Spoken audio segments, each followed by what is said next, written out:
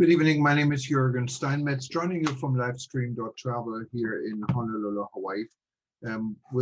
Today we're following the story of yesterday's incident on a United Airlines flight from Denver to Honolulu, when shortly after takeoff, this flight got into trouble and engine parts were raining over Broomfield in Colorado. We reported about the story and we showed you videos yesterday. Now, a day later, United Airlines was the first US carrier ordering all their Boeing 777 to be grounded. This was done prior to a similar move, what may be expected in the next day or so by the FAA. The FAA said they would be looking at the Pratt & Whitney PW4000 engine a little bit closer, and this may very well cause that Boeing 777 that carry this particular engine would be grounded. Also, in addition to this incident yesterday, it was revealed today that two other incidents, one also on United on a flight from San Francisco to Honolulu back in 2018, a flight with 378 passengers on board, had similar issues halfway over the Pacific and landed in Honolulu with a damaged engine. We'll show you some of these pictures. They look alarming, but I just wanted to stress that 777s, like any twin engine aircraft, is capable of flying with just one engine. So one engine failure is not a death sentence and not a crash reason for an aircraft, but at the very minimum, it's very scary. So we'll see what will be next with this story. We're going to give you some overview on the development of the Boeing 777 and also a list of airlines that are currently operating Boeing 777 aircraft. Just to be fair, not all 777 aircraft have this particular engine, but many of them do. So this list is not complete of a list with airlines that actually carry this engine, simply a list of clients Boeing revealed that actually operates the 777.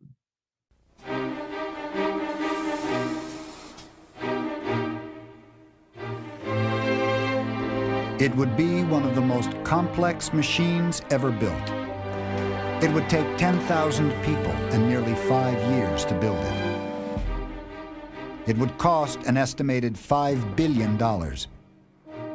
Success was anything but certain. The plane would contain more than 4 million parts, supplied by contractors around the world.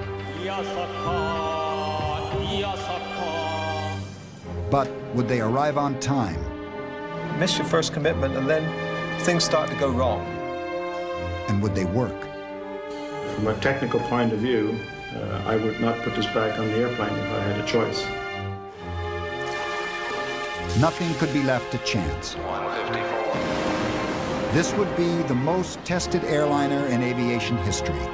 Eventually, lives would be at stake. There's an apprehension anytime you change technology.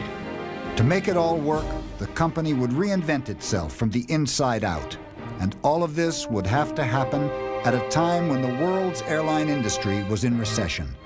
If the 777 were to fail, the company's future was at risk. Success would keep Boeing ahead of the competition for decades to come. This plane would be built to set a new standard for commercial aviation. This is the story of the building of a 21st century jet.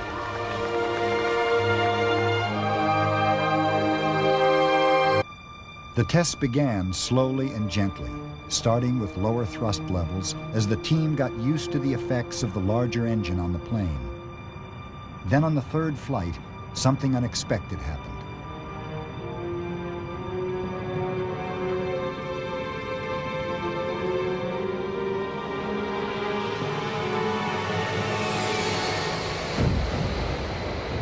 The dramatic explosion was something called a surge. It was similar to a car engine backfiring, and it happened because the pattern of airflow through the engine was badly disrupted. What happens, and particularly at high power, it's very noticeable in the flight deck. It's a very large explosion that you hear. It's like a shotgun going off. Usually there's a motion in the airplane where the airplane will turn slightly into the engine that surges.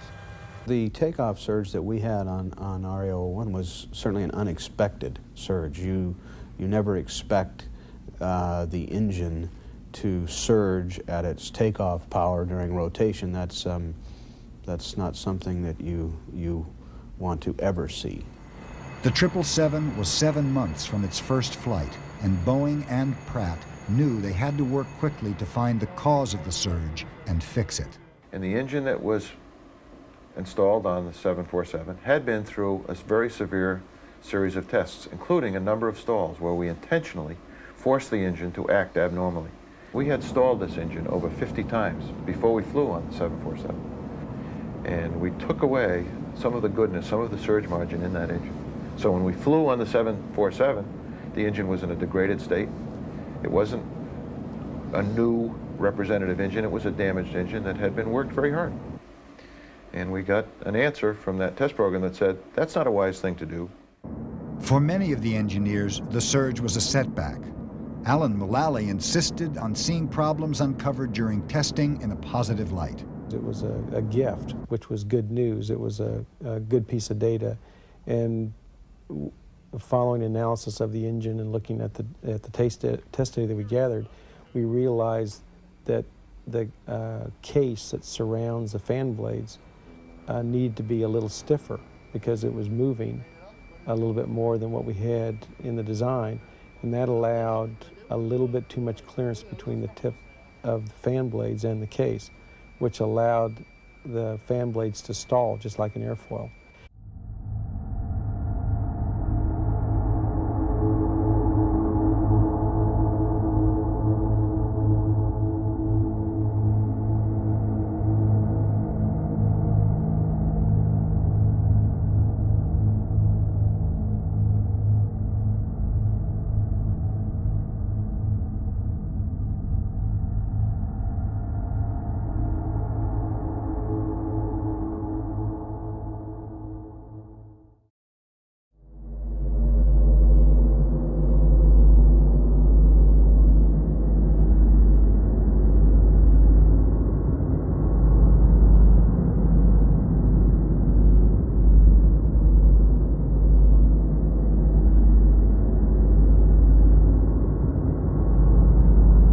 Hi there, it's Dion Lim in the ABC7 newsroom with some breaking news coming in just moments ago.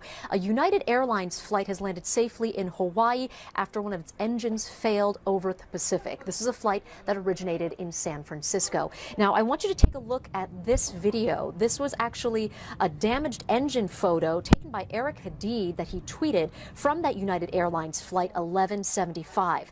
Now, the flight, it took off from SFO just after 9 o'clock this morning. It landed at Honolulu's Daniel K. Inouye International Airport at 2:42 Bay Area time.